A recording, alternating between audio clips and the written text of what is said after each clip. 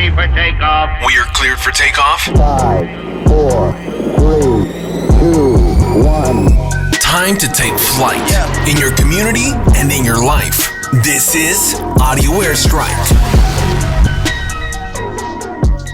What's up, everybody? I'm Everett Hall-McNeill, and this is Audio Airstrike, episode 185. Thank you for joining us. With me at this time, we got a special guest, and he is none other than the owner of 1600 and also the owner of the Everyday Weekend. He is also a fellow podcast brethren from the Bassline podcast, which you can check out every week on the Everyday Weekend platform. And he is a content creator in his own right, a DMV enthusiast in his own right. Ladies and gentlemen, Coppo is with us back here again. Thank you so much, man. Appreciate you for stopping by. Yeah, man. Appreciate you having me, man. It's always a pleasure.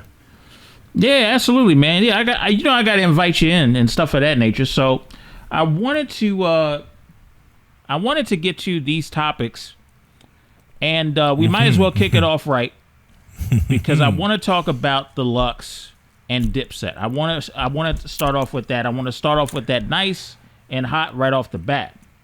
Let me be clear when I say this. When it comes to the Verzuz battle, when it comes to how the energy is supposed to be, this had everything of a heavyweight bound fight included in it. For sure. So when we sit over here and we look at the different personalities involved, the trash talking leading up to it, and everything of that in between, this was right up to that alley. Now, I will say this as well. Everybody played their significant role to the best of their ability. Here's a couple things that people are not taking into account. Point number one, the Locks have been touring live on a very consistent enough basis versus Dipset that has not. There has been turmoil within the group. Are we caping already? I have. I'm gonna say what I got. I'm gonna say what I gotta say. I'm on. I sat back. I was silent, and I said I'm gonna wait and see what happened. I looked at it, and this is like my honest take. Now you can go to the other side if you want to. My thing is this: you add in the fact that we can say what we want about Jada, we can say what we want about Styles P, and then look. We can say whatever we want about those three gentlemen. Those three gentlemen are showmen and know how to work a crowd, especially a New York crowd that has known them for over 20 years. Dipset can work a crowd, but it doesn't seem like they came prepared with the right song selection to battle the Locks' catalog. I'll go even a step further. I texted Lou, who is a mutual friend, close friend of ours throughout this battle. He was on Team Dipset. I told him, I said, by the time it got to the 10th round, I was like, Lou, this thing is over. Yeah. And go ahead. And also, one of the things that I also want to say is that the live performance now counts in this Verzuz now more than ever. So if you ain't bringing a great live performance, it's going to show, and you are going to be docked points for it. For sure. It is the thing that swings one crowd to side with one side, and you have to bring your live performance A game up to that step. You have to bring your A game when it comes to live performances. That's how it goes. No, that's a fact. So I took a lot away from this. You know how heavy I am on just hip hop in general, that being the basis of the baseline. So one, yes, performance has become a major factor to this thing, right? Two, y'all need to stop playing with motherfucking Jadakiss. This is his second Verzuz win, and he's the only one to do that. When it comes to showmanship, you brought that up as a point for the Locks. Prior to this battle, everyone would have gave that point to Dipset. Yep. I think those boys in their juice bars got their lungs real right. They could breathe up there. They weren't performing over their track with lyrics included. They were performing as if it was a concert, which was a big miss for Dipset. To be honest, Cam seemed like the only one that really knew the words to the songs.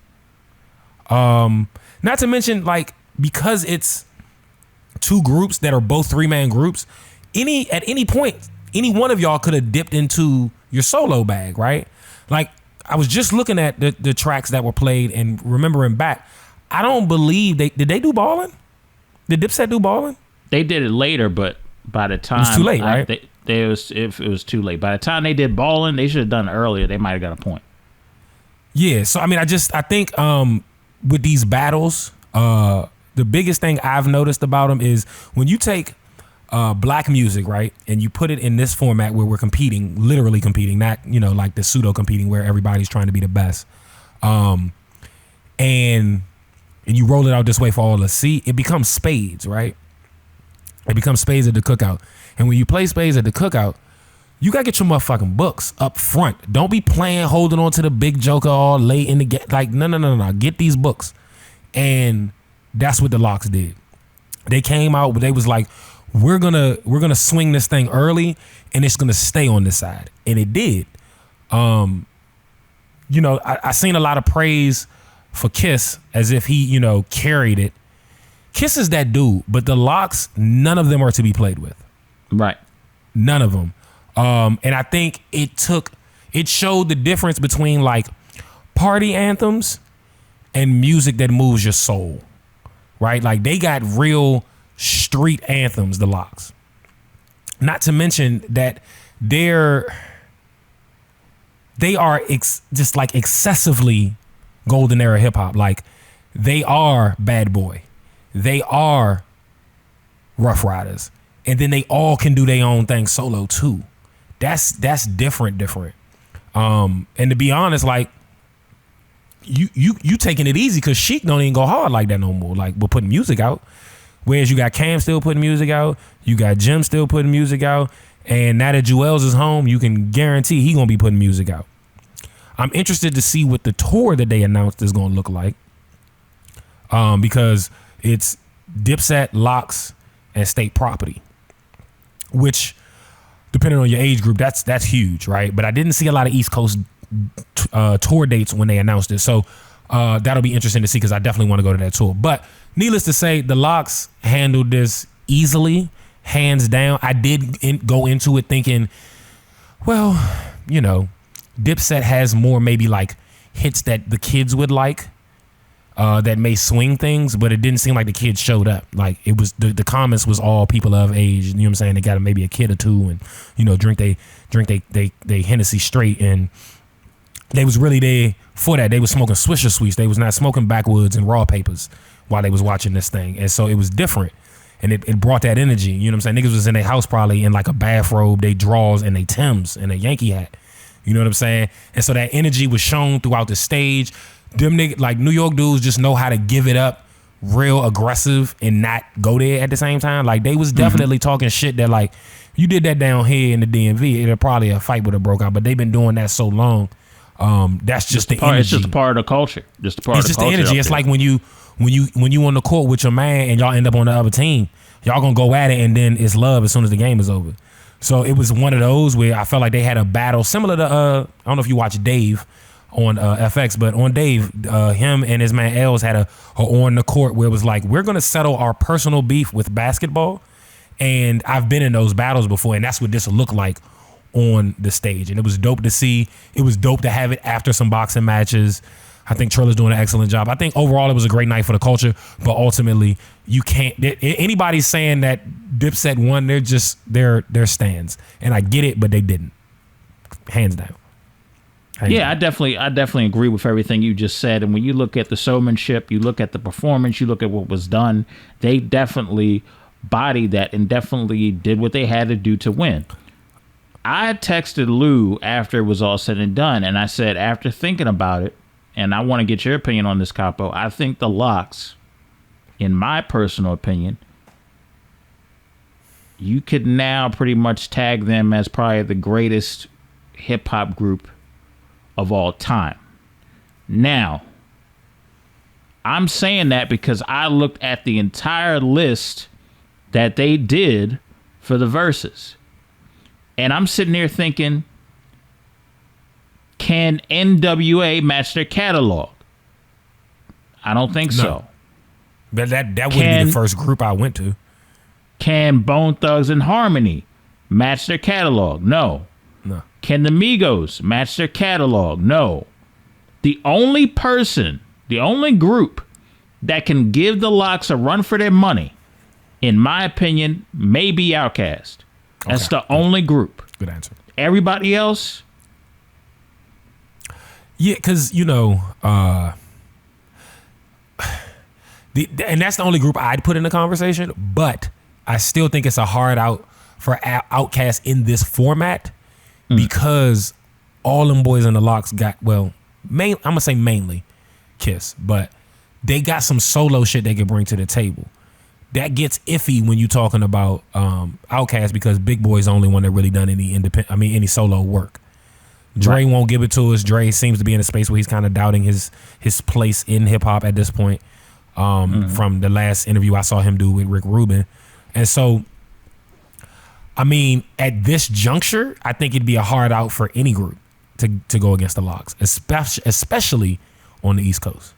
Now, if you did Outkast versus the Lox in the A, it might get interesting.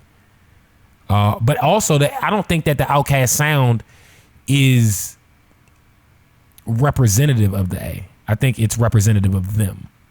Mm-hmm. I think the A has moved so far from that, whereas New York still, when even in new rappers, there's a bit of that's placed in that. There's a bit of 92 to 03. Yeah. There's a bit of grime 92 to 03 space where even 50, which was later New York, had that grit that is the Lox, that is some of Dipset stuff. That is, plenty of other groups that came out of New York that just, I'm gonna punch you in the mouth and fuck your girl vibe. Right. Like that's what they bring. And it depends on who shows up to the battle as far as voting wise in that regard about who would win. Because there are things that Outkast can do from a sonics and music perspective that the Lox ain't about to do. Right. Like the Lox has nothing for like Caroline. You know what I'm saying? But then what does Outkast have for like any of them like All D About Block the Benjamins, and, We Gonna Make It, Yeah, fucking 24 Hours to Live. Like we could go crazy. So I think it's a tough battle. And also one that might not be as fun to watch, to keep it 100, because it's such juxtaposed. It's apples to oranges. It's Shaq versus Iverson. Like, what are we doing? You know what I mean? But that's the closest you got. Like, I agree. Like, I don't. Who else? Yeah, really. There's no other group that has longer catalogs.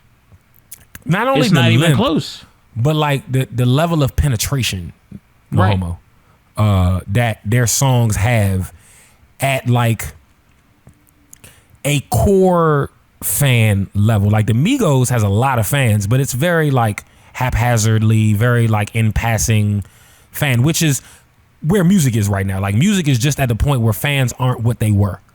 Right. Because music is kind of like the backing track to life now versus it being like a marker to moments in your life.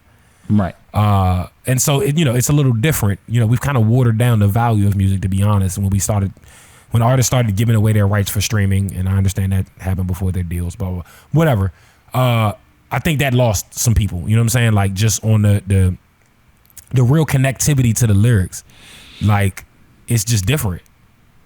Also, there's a thing to be said for like the music you want people to know you're listening to versus the music you're listening to, which has become a thing because of the internet.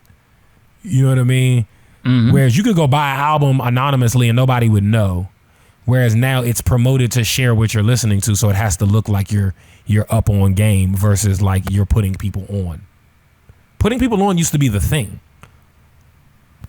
You remember that? Like I missed that era. Sharing music with your friends. Like that was all y'all did. Y'all would get up and just share music. It wasn't y'all didn't need no girls. Y'all didn't need to go nowhere. It was just you, your boy, a boombox, and y'all shared music. Oh, you like that? Well, I got this for you, bruh. Oh, you like that? Well, I got this. You know what I'm saying? I miss that. You know what I'm saying? When I was a teenager, even middle school, me and my men was sharing music. We was making mixtapes for each other. And I guess maybe they make playlists for each other. I don't know how that goes now. But I think that's something that's missing. You know what I'm saying? The connectivity of sharing experience through music. Yeah, and I do miss that when, you know, because now it's like, it used to be the sense of mysteriousness and then the adrenaline of, I can't believe I'm listening to this sounds right now, came from you wasn't exposed to certain sounds off the rip online. You had to know somebody that searched through that, had the crate of that particular sound, and then would walk over to you and expose that to you. It was more mysterious, but it was more fun because you didn't know what somebody had in their crate until they showed it to you. Now with streaming, I can figure out what people like in Australia like it's nothing. I can figure out what somebody likes in LA like it's nothing. And because it's accessible within 5 seconds, it takes away from the mysteriousness, from the joy. It's like, bro, it's like if when you found out that Santa Claus wasn't real. Yes. And you grew up after Christmas and all that. And now you look at Christmas like, outside of the lights and the brisk air, I'm good. You're not as excited for it anymore if you was a teenager or a child. Do you remember when the last time someone physically brought new music to you? Honestly, I can't remember. The last time somebody brought new music to me might have been when I was in high school. Once everything became online and LimeWire and stuff like that, it was just text a link. It was it was easy. Once everybody got access to get it, whether legally or illegally, the mystique was gone. Facts. So I remember the last time someone physically showed me music in person, like some new shit that I didn't know about, and I was like, this is fire. Wasn't that long ago. It was maybe like 6 months ago, but it's a homie that like I've been doing this with since pretty much our teen years. My man Captain Slippers brought me, and if you're not hip, get hip, Deontay Hitchcock. But we were sitting here at the Hurlock in the studio, and we were working on whatever, and he was just like, bro, are you hip to this? And he started playing tracks off his last project. And it was amazing. But that was the last time that I remember somebody physically being in the room with me and being like, yo, I want you to hear this. Versus like, yo, drop a link, and then it becomes real passive. Like, I'll get to it when I get to it because I got the link. I don't have to. Right. Where someone plays some shit in front of you and you don't even know who it is yet, you don't have no access. So you still intrigued by the whole like, what is this? Who is this? How do I find this piece? But if you haven't listened to, I believe it's the most recent Deontay Hitchcock project. It's incredible. I think he released the deluxe early this year. And I'm about to look up the name of it right now, but it's unbelievable. And this kid is from the A, and his sound is so varying. Like he can go anywhere. So the last project from him, Deontay Hitchcock, it's called Better. The deluxe is on all your DSPs. Shit's crazy. He take you everywhere you want to go, and he's got the features to back it up. Like he's got JID on there, he's got 6 Black on there. Bunch of dope features on the project. It's probably like 20 tracks at this point with the deluxe, but it's fire. So when you get a second, check that out, because again, I don't get to. It's harder to put this music physically in front of you, but it's fire. It's fire. I will definitely take the recommendation, man, and I'll definitely look into that. Now, one thing that we have to look into, unfortunately, is the fact that Carmelo Anthony is now a Los Angeles Laker. Yeah. Now I said last episode, and I'm gonna keep this short and sweet, I do not like this one bit. I'm going to tell you why. This takes away from the competition. I don't like this sports team era. I never did like this sports team era. Or should I say this super team era? That's what it is, a super team. Yeah. This super team era right now, they now have AD, LeBron, Carmelo Anthony, and Russell Westbrook. Mm-hmm. All 4 of those guys on one team. Now, I know what y'all saying. This is an older group. I understand that. But you still got Russ that plays like a madman on the court when LeBron and AD are down, or where they're injured, or where it's 1 or 2 of them are not there. And then you add the fact that Melo can still shoot. Mm-hmm. Now, if all 4 of them are at the court at the same time, what the hell are you going to do? bust their ass. I don't think this is as formidable you can do as that. people are making it. If you who? If you're Brooklyn, you can do that. If you're the Brooklyn? Bucks, you could probably do that. I mean, are we having this conversation about this Lakers team in comparison to the entire league, or are we talking about teams that actually have a chance at the chip? We can talk about both. It don't matter to me. All right, so from my perspective, they make the playoffs. They're a 5 or 6 seed. I don't think they're top 4 in the West. And then they don't make it. I mean, I think that at max for next season, the Lakers go to the second round.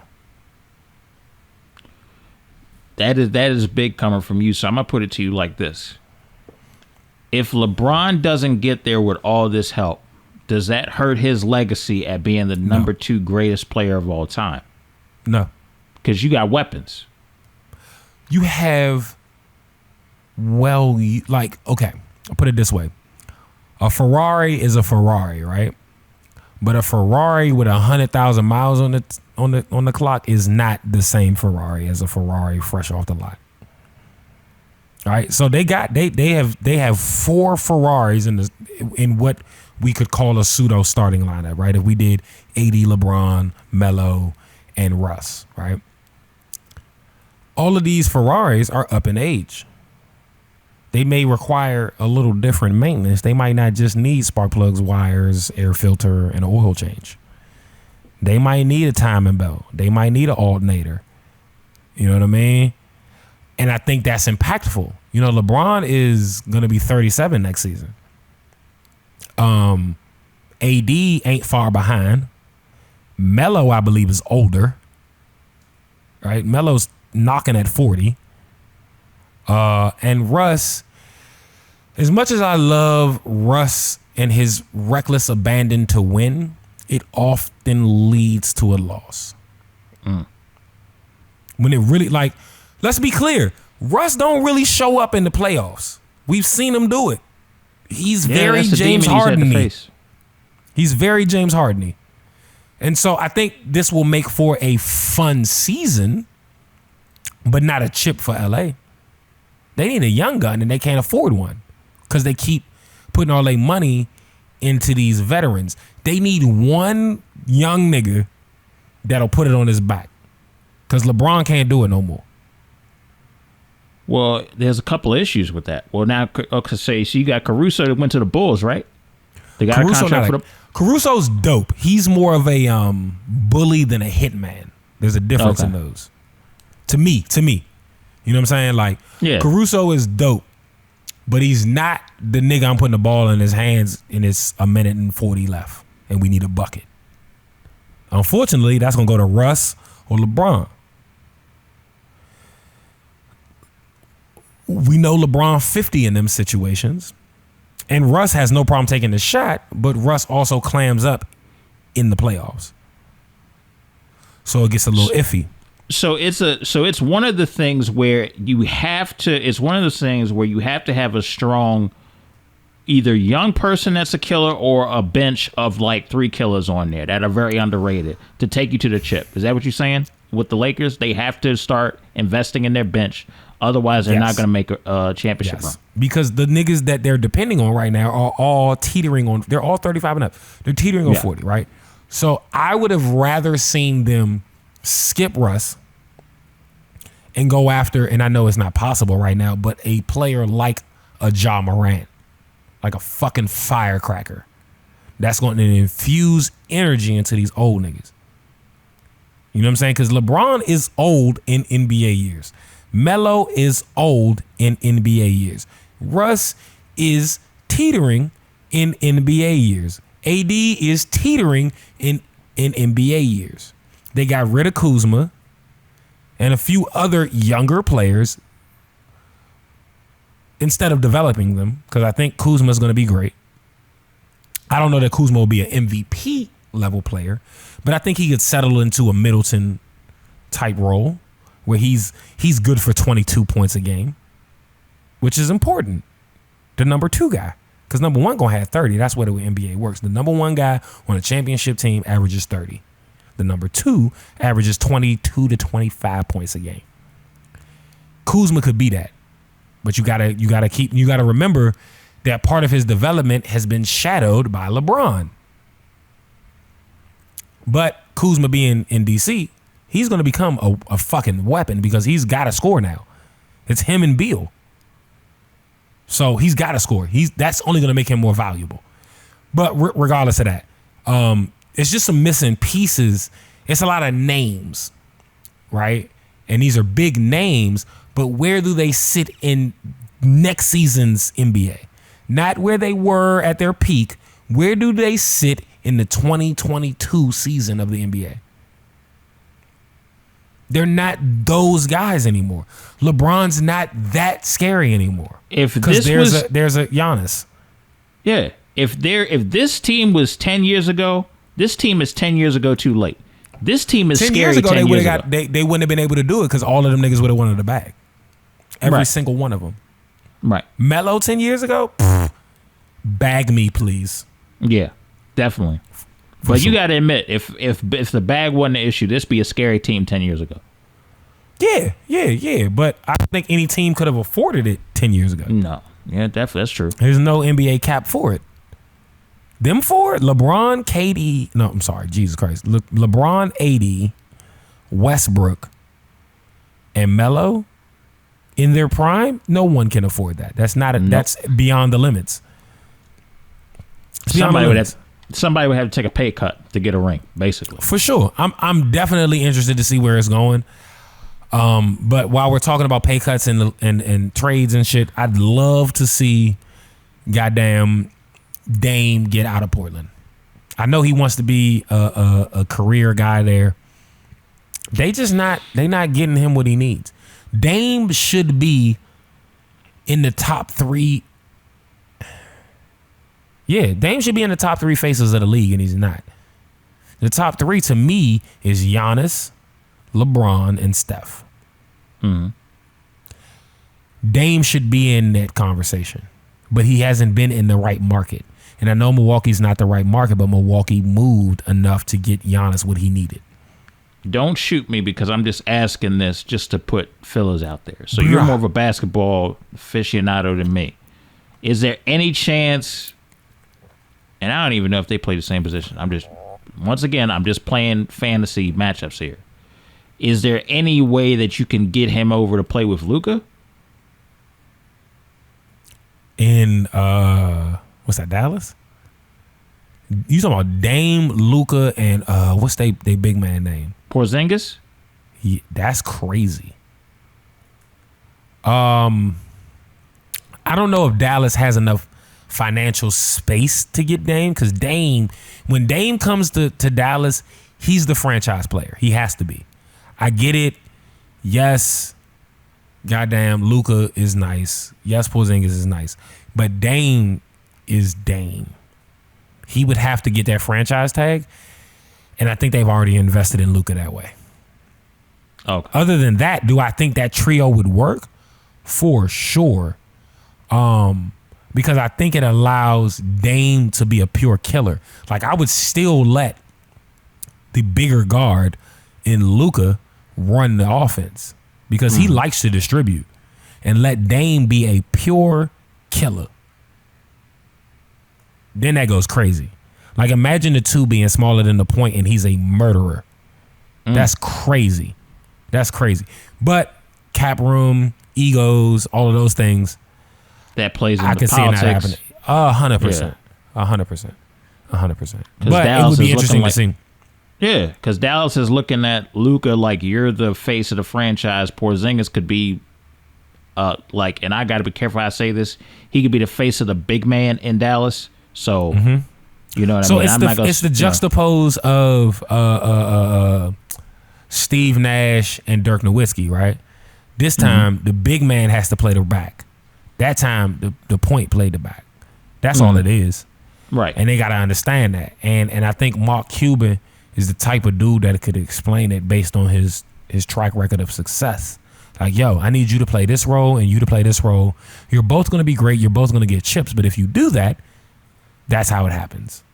That's what I think will work. We'll see if he can pull it off. But yeah, Luka's one of them dudes. But he's you know who Luka is? He's modern day Larry Bird as a point guard. Then the sky's the limit for him. Exactly, like Larry Bird's a legend. And I think Luka will be a legend. But I think if you look at Luka intentionally slows the game down so he can comprehend it. Mm-hmm. Nothing he does is super quick. You know what I mean? And I think when you slow the game down to that pace, it makes people that play like Russ have to figure it out, and it takes them a while to recalibrate. And that's huge for the game as far as where he's going, because the game is so fucking fast right now that you don't get to appreciate the nuance as much. Like, I've been talking about this a lot over the last week, like how much I hate where basketball's going, because there's a lot of this like, let me bend the rules a little bit moves and shit that people are doing. Like, I mean, it's definitely akin to your boy Harden. He's the creator of this. Like, okay, well, I read the rules specifically, and now I'm going to bend the law. And I get it, but I think it muddies up the game. And the game is the game is the game.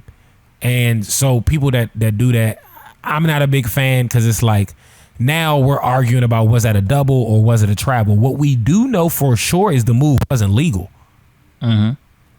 So it's like, fuck all that. I don't want to even get caught up in the mud of this or that. No. The move wasn't legal. I don't care if it was a double or a travel. What we know is it wasn't legal. Let's move forward. Yeah. And that's what's been going on a lot, with, Instagram and all of the like sharing of moves and da-da-da-da. People are making a lot of illegal moves on the basketball court. And we have to get back to the rules. I get that we want the game to be entertaining. That's great. But the game has been entertaining. You have to play by the rules. You can't like fucking spin a pawn on its head and it means more in chess. Yeah.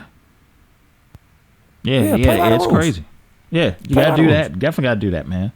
Now I'm gonna be honest with you. This next thing I'm gonna get to, I don't give a crap about rules. I don't give a crap about what's going on. And this, well, I mean, I don't want to sound so reckless. So let me unpack why I feel emotionally strong about this. Okay. New York will require a proof of vaccination to enter restaurants and gyms. Okay.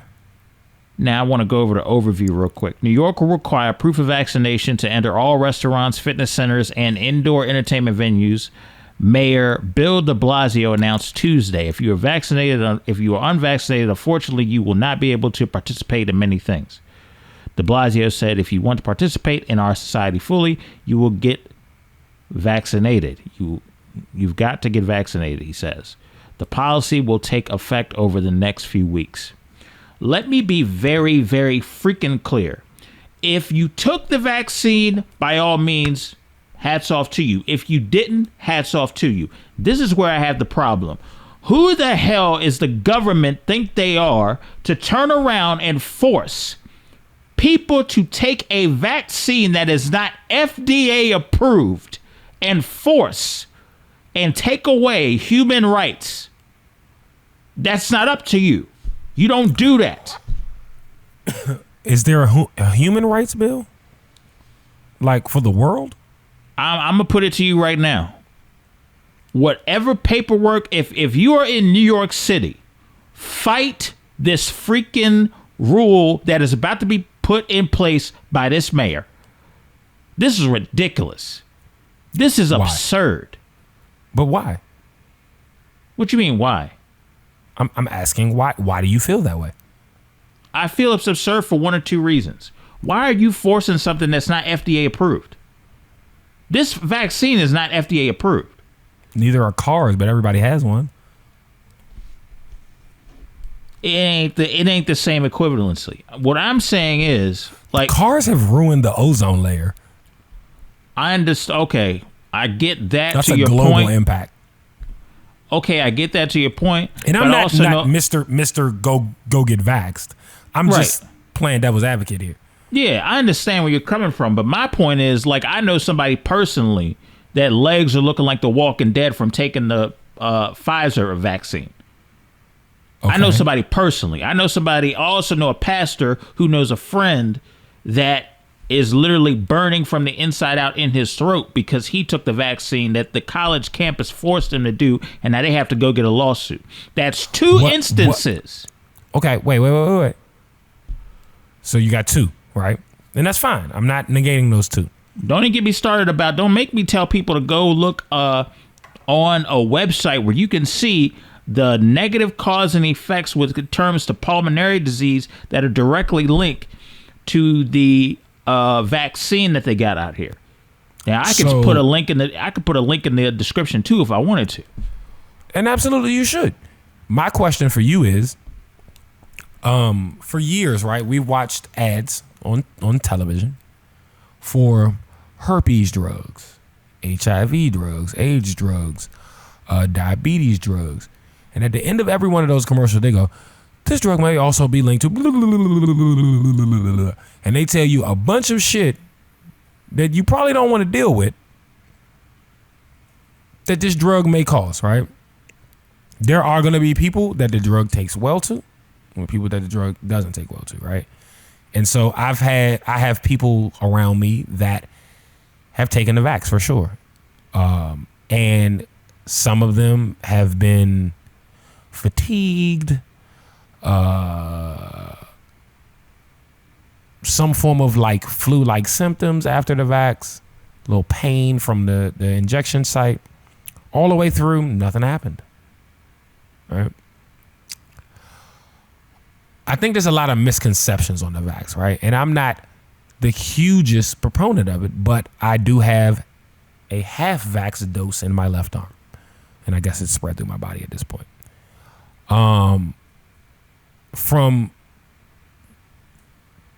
If we look at the bulk, right, and we don't niche down onto who had a negative impact, because those people exist with whatever drug. The bulk is stating and seeing and showing that on average, your impact from COVID, if you have the vax, is less than if you didn't, right? Not saying I think that's a big misconception, is that the vax is supposed to guarantee you some sort of freedom. No, it guarantees lesser. That's all it's saying, right? In a city like New York, where everybody lives on top of each other, literally, there's no city in this country that's more densely populated. Not to mention New York was the epicenter when COVID broke out in this country. I don't think it's that wild to try. So imagine if he said nothing and then New York became the epicenter again, right? He's hedging his bets. Do I think that the vax is foolproof? No. Do I have a young daughter and an older grandmother with which both I'm trying to protect because of their compromised immune systems, because of their age? Yes. And I'm not saying that to convince anybody. I'm saying that to say, weigh your options. But I understand, for two reasons, people pushing a vax, right? One is, hey, less is better than full in this scenario. Two, all of us, to some degree, need to go outside to make some money. Right? And unless the government is prepared to shut it down for, like, I don't know, maybe 2 years completely and finance America, at least from a food and room and board standpoint, then how do we go on as a society? You get what I'm saying? Like, I get what you're saying as far as it's not FDA approved, boo, boo, boo. But there are plenty of other things that we do, specifically in America, that aren't FDA approved, but we live by it. Like, veganism isn't FDA approved.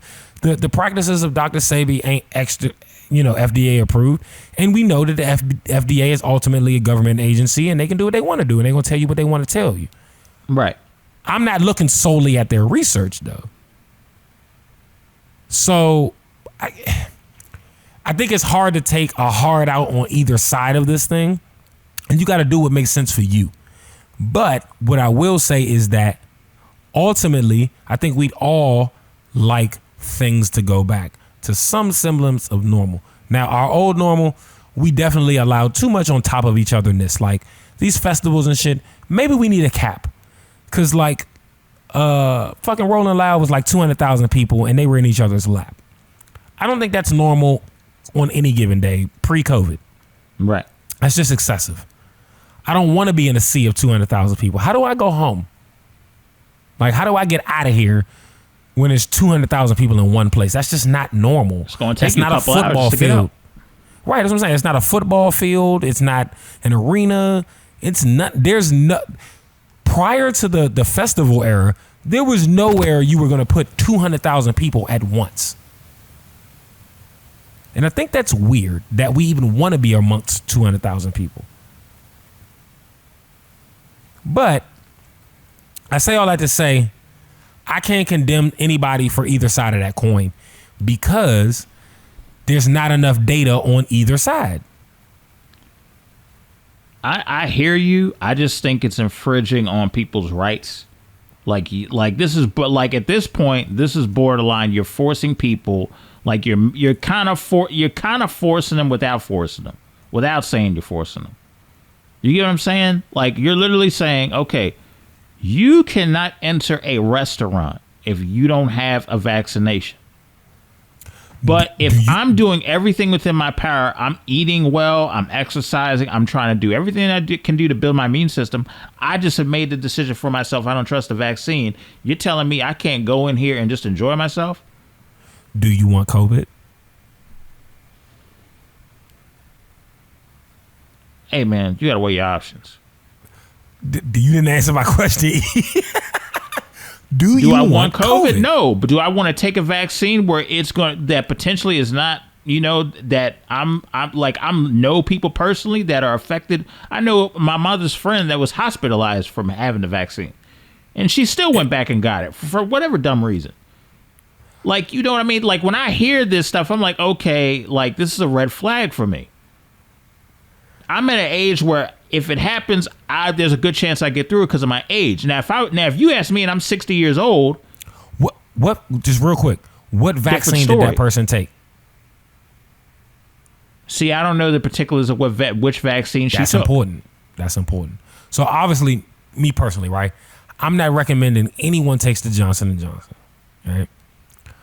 Also, I am the offspring of a respiratory therapist and a RN.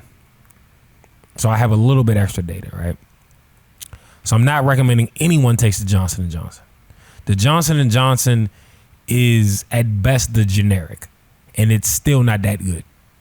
Because the generic usually has the same ingredients, but it ain't got a brand name on it. This one is literally doing other shit to people. Fuck the Johnson & Johnson shit. Matter of fact, fuck Johnson & Johnson because they've been doing fucked up shit to POCs for a long time. And if you don't know, look it up. Yeah. So that leaves us with Pfizer and Moderna. All right. The Pfizer, I'm hearing a little bit of iffy shit with too. The Moderna, I ain't gonna hold you. The Moderna is the black vax, and from what I've seen, has the least weird shit happening on the back end. That's what's in my body. That's what my black RN mama recommended. And I went so hard as to make sure she was the one to administer it. So here's the thing, and I don't know if people realize this, but when you're given a shot, right, there's, I believe, three ways they can give it, right? So you can be given a shot directly to your bloodline, which is into a vein, like an IV goes, right? You can be given it in your tissue, and then it disseminates. And then you can be given a vax via like a needle that goes muscle deep, which your muscles are under your tissue, right? So it's 2 layers, right? You got the flesh, tissue, muscle. There are healthcare professionals, because I've heard this from my black RN mama, that believe that this vaccine is to be given at the muscle level. That is incorrect. It is also not to be given in a vein. That is incorrect. So a portion of what I believe we're seeing is incorrect administration of the vax. Okay? That's so major. The only reason I have half a vax in my body and I go for my other one next Wednesday, my other half of the microchip, is because my mother, who's a black RN, who has been doing this for my entire life and then some, has told me these stories, right? And then I said, okay, so here's the kicker. I'll get the vax if you do it. And she said, okay. And so I was able to get the vax from my mother. So either she's trying to kill me or I think I'm in a good space. But there's a way that this drug should be given, and I'm recommending Moderna. I got Moderna. My lady got Moderna. My lady had no side effects. So if you could reiterate for the people, how should the vax be taken correctly then? The vax is to be given in the tissue, not in the vein, not at the muscle level. Okay. Okay. And to be clear, I'm not gonna say no names, but when I went to get the vax, right, one of my mom's coworkers was setting syringes up with the vax in it, right? Not a bunch, but she had like 1 or 2, and a person walked in to get their vax, and she pop plucking the syringe because she can't even register if there's a med in the syringe or not, right? So I want y'all, like, as much as I have the vax, well, half of it, I want y'all to be safe. You dig what I'm saying? And what's safe is understanding the person who's administering the drugs, understanding of it. That's the important piece to me. I had fractional injection site pain. And it wasn't even pain. It was more like, this feels a little different than my arm normally does. Barely. And it might have been all in my head, the same way a placebo effect takes. You dig what I'm saying? But was it a bad experience? No. Do I have insider access and information? Yeah.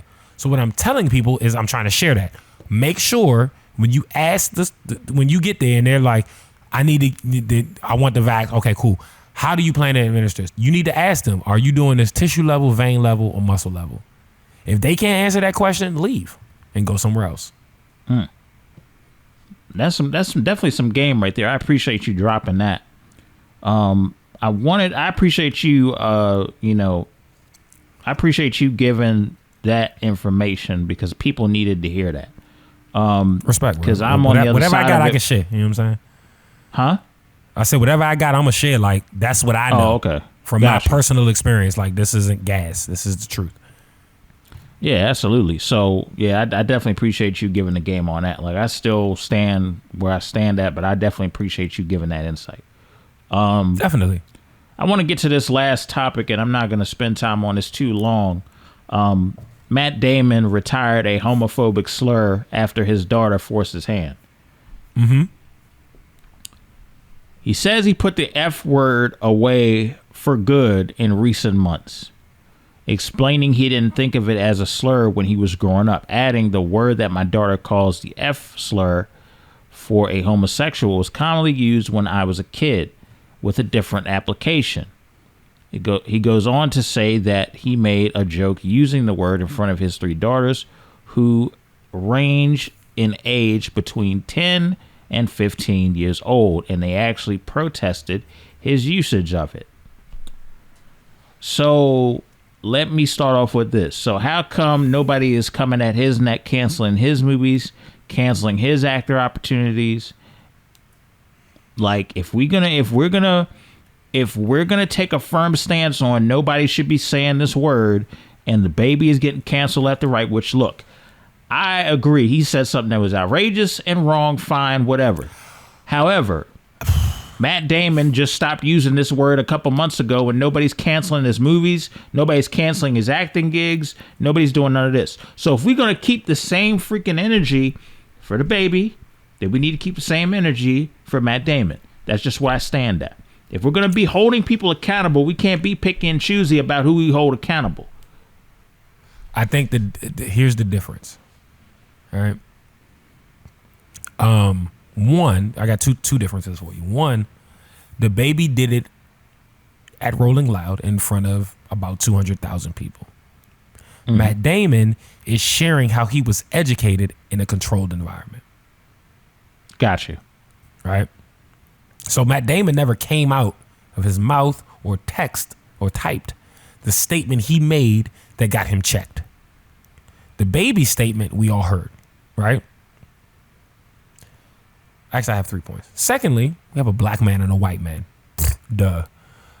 Number 3, to Matt Damon's point, when I was growing up, you could throw around like you nobody's business. And if you need to bleep that, you do. But you could throw that word around as much as you wanted to, and it wasn't viewed from the masses as a homosexual slur. Mm-hmm. It was more used in the tense of like you're acting, I guess, less than, which is why the homosexual community is offended by it. Just like I also grew up using the word as in that connotation. It didn't have nothing to do with women, but it did make them less than. And then when I got with my woman studies wife to be, she was like, yo, that's still derogatory because you're making pussy less than. And we all know I love pussy, so we can't do that. So I get both sides of it, but how you enter it changes how open the conversation is for it on the back end. All right, cool. So yeah, man, I get where you're coming from with that. I'm just saying, it's one of those things where I look at this because these two stories came out around the exact same time within each other, and I was waiting for cancel culture to have the same smoke, but apparently it didn't. You know what I mean? So I'm like, yeah, it's crazy. You know what I mean? Yeah, but I just think there's a difference between an education versus sharing when you've been educated on something you were being ignorant about, right, versus jumping out the window in public first, right, and then having to be reeled back in. Right. Yeah. Like, I mean, I just had a moment. I was on the Homies podcast, and he made a statement like something to the effect of like, men can't be bisexual. And then I was like, okay, cool. I'll accept your premise. Let's go forward. And then his point was, well, beyond that, I said, so if I accept your premise, then answer me this. Can women be bisexual? And he said, yes. And I said, so you can't do that. And we had to dialogue it through for him to get to the point of understanding like, oh, I get it. Like, it's not my decision to make. It's their decision to make. The person that says they're bisexual. It has nothing to do with you. And that's that. Like, as much as you could be offended by a person of the same sex if you're straight coming and flirting with you, I've been just as offended by a woman who I've shown no interest in approaching me. You know what I mean? Facts. So it's like at that point, I don't want conversation with either of you. It has nothing to do with your sex. I'm just not interested in this conversation.